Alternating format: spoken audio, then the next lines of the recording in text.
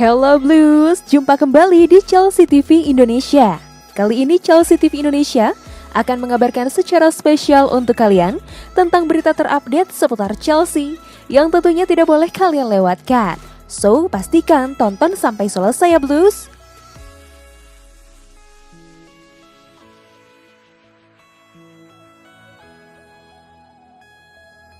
Mason Mount ungkap kerjasama di lini tengah.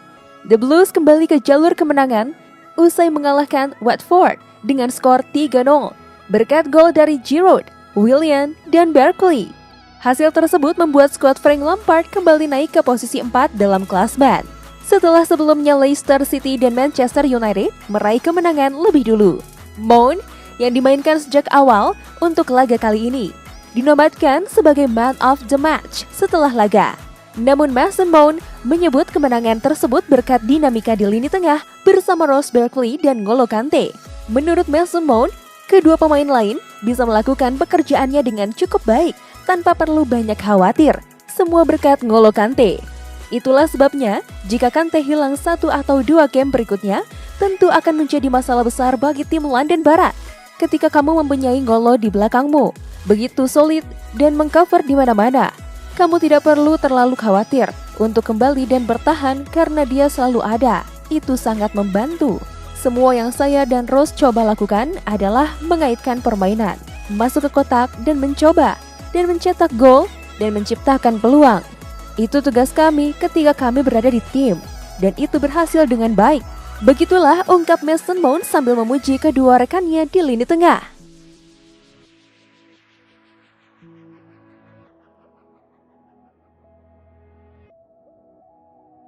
Tiga pemain terbaik Chelsea versus Watford versi penggemar.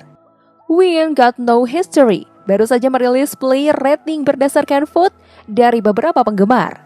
Tentu menarik untuk melihat siapakah yang bakal menempati posisi tertinggi dalam rating pemain versi penggemar tersebut. Ternyata, 3 pemain yang mendapatkan rating teratas adalah Christian Pulisic dengan skor 8,7, disusul dengan Ross Barkley 8,0, dan Oliver Giroud 7,8. Christian Pulisic sudah memenangkan rating terbaik dalam 5 pertandingan berturut-turut. Banyak penggemar membandingkannya dengan Eden Hazard yang dulu juga sering mendapatkan vote dengan skor terbanyak. Ross Barkley juga bermain sangat baik pada pertandingan melawan Watford. Tentu sangat baik apabila dia bisa menampilkan performa seperti itu terus-menerus. Sedangkan munculnya nama Giroud membuat para penggemar bertanya-tanya tentang performa Tammy Abraham. Muncul spekulasi bahwa Giroud akan mengganti posisi Abraham di tim. Perlu dipahami bahwa peringkat ini adalah versi penggemar yang kadang merupakan cerminan dari sentimen daripada kinerja aktual. Berikut ini adalah daftar lengkap player rating versi We Ain't Got No History.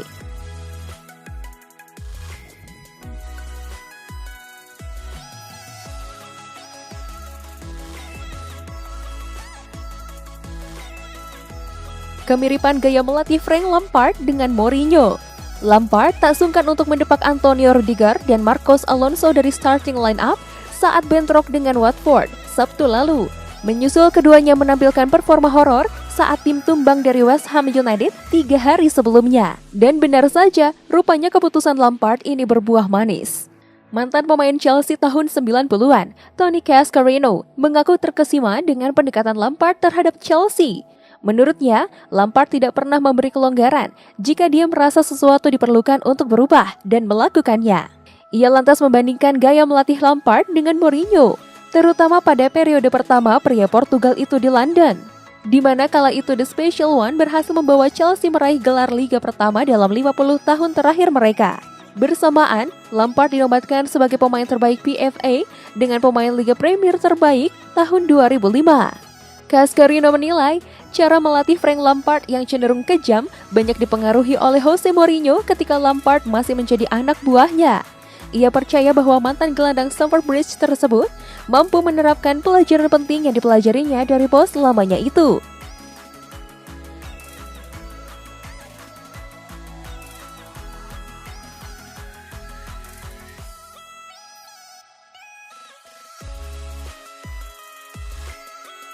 Gaya penjahit London jadi inspirasi jersey terbaru Chelsea. Chelsea melalui situs resminya beberapa waktu yang lalu telah mengumumkan jersey baru yang akan digunakan di musim 2020-2021. Jersey kandang Chelsea 2020-2021 membawa sentuhan Savile Row ke Stamford Bridge dengan menggabungkan inovasi terbaru dengan jahitan terbaik London. Seperti yang kita ketahui, jersey anyar ini masih didominasi warna biru yang terlihat sederhana, namun tetap elegan karena mengusung gaya modern klasik yang terinspirasi dari asosiasi tradisional London Barat yang terkenal akan penjahitnya. Jersey buatan Nike ini hadir dengan warna biru khas milik Chelsea yang akan cocok dengan celana pendek dan diimbangi dengan kaos kaki putih. Jersey ini nantinya bakal digunakan tim akademi hingga tim wanita Chelsea. Fitur menonjol dari jersey anyar Chelsea ini adalah pola herringbone-nya yang merupakan warisan London dan sejarah menjahit di negeri itu. Tema ini dipadukan dengan kerah dan bagian lengan berwarna biru tua. Lengkap juga dengan teks The Pride of London. London adalah pusat dari penjahit Inggris dan jersey ini mengambil inspirasi dari kerajinan ikonik ini. Kami membayar upeti kepada pekerjaan penjahit terampil ini dengan menggunakan detail dan trim khusus untuk menciptakan estetika yang benar-benar sederhana yang melengkapi identitas unik Chelsea yang bergaya, ujar rilis resmi dari Nike. Jersey kandang terbaru Chelsea sudah dipakai dalam pertandingan Liga Premier tim melawan West Ham, di mana The Blues kalah 3-2 pada laga ini.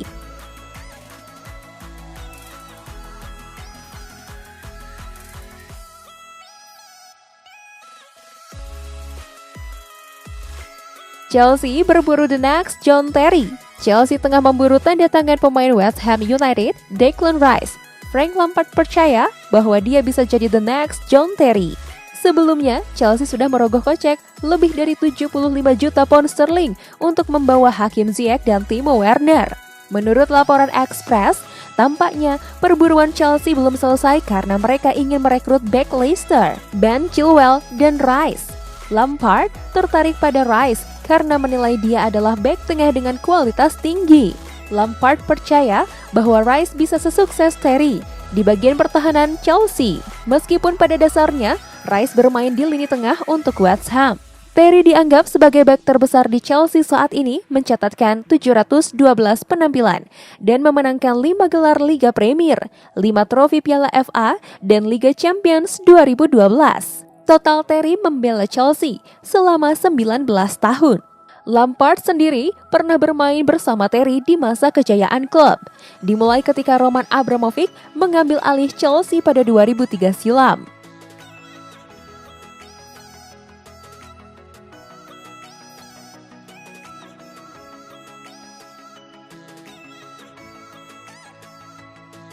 Lampard percaya Pulisic bisa mencapai potensi penuhnya.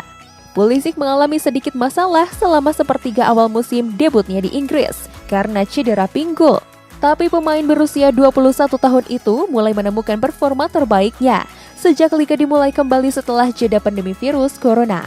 Terbaru, Pulisic membintangi kemenangan 3-0 The Blues atas Watford. Mantan penyerang Dortmund tersebut kini menjadi ancaman menakutkan bagi lini bertahan lawan. Namun Lampard yakin dia masih bisa terus menjadi lebih baik. Lampard berujar bahwa ketika Pulisic datang di awal musim, dia belum istirahat dan memang perlu menyesuaikan diri dengan liga. Ini fisik dan sulit pada awalnya, bahkan untuk beberapa pemain terhebat yang pernah kita saksikan datang ke liga ini. Tapi apa yang Anda lihat sekarang? Dia tajam dan lapar, dan kualitasnya bisa dilihat oleh semua orang saat ini. Dia melewati pemain, dia bergerak dengan kecepatan, dia selalu bekerja sangat keras untuk tim dalam segala hal.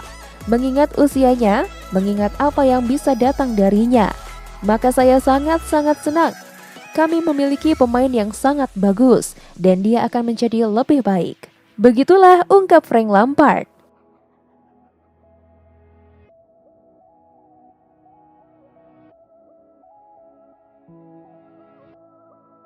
Lampard ingin agar Tammy Abraham fokus pada permainan.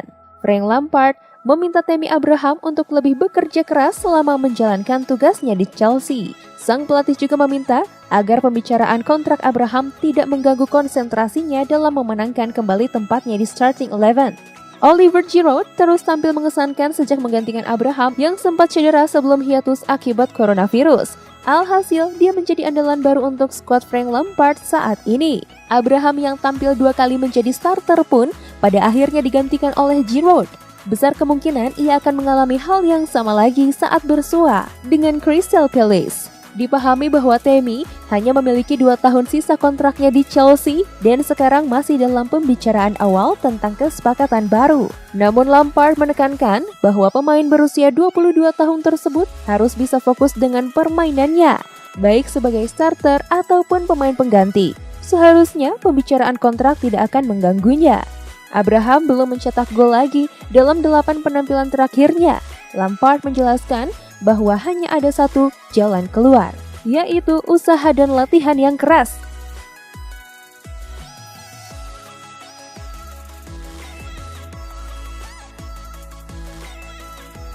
Tanggapan Lampard terkait tidak dipasangnya Jorginho. Jorginho biasanya selalu menjadi starter reguler untuk The Blues dalam setiap pertandingan.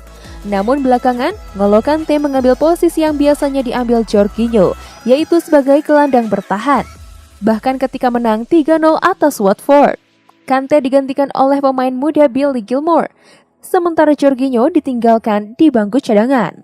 Kendati demikian, Frank Lampard telah menyatakan bahwa Jorginho adalah pemain profesional, bahkan ketika di belakang layar. Sang pelatih juga mengklaim bahwa ia tetap berminat untuk membuat tanda dengan The Blues.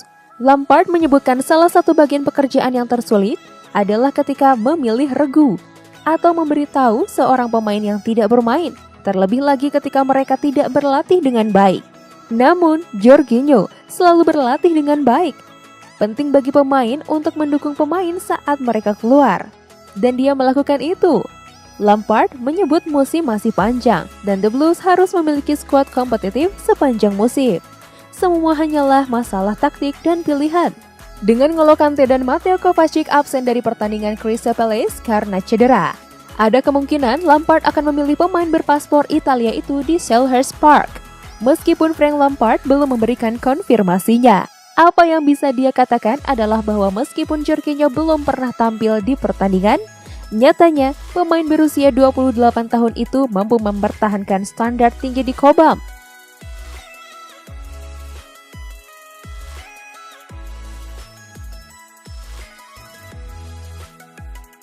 Itulah tadi beberapa berita terhangat minggu ini yang berkaitan dengan Chelsea. Bagaimana tanggapan kalian tentang berita-berita tadi Blues? Buat kamu yang mau request, mau dibahasin sesuatu, atau mau diskusi, silahkan komen-komen di bawah ya. Jangan lupa like, share, dan nyalakan lonceng notifikasi supaya kalian gak ketinggalan berita terupdate dari Chelsea TV Indonesia. As always, I'll see you in the next video. Stay safe everyone.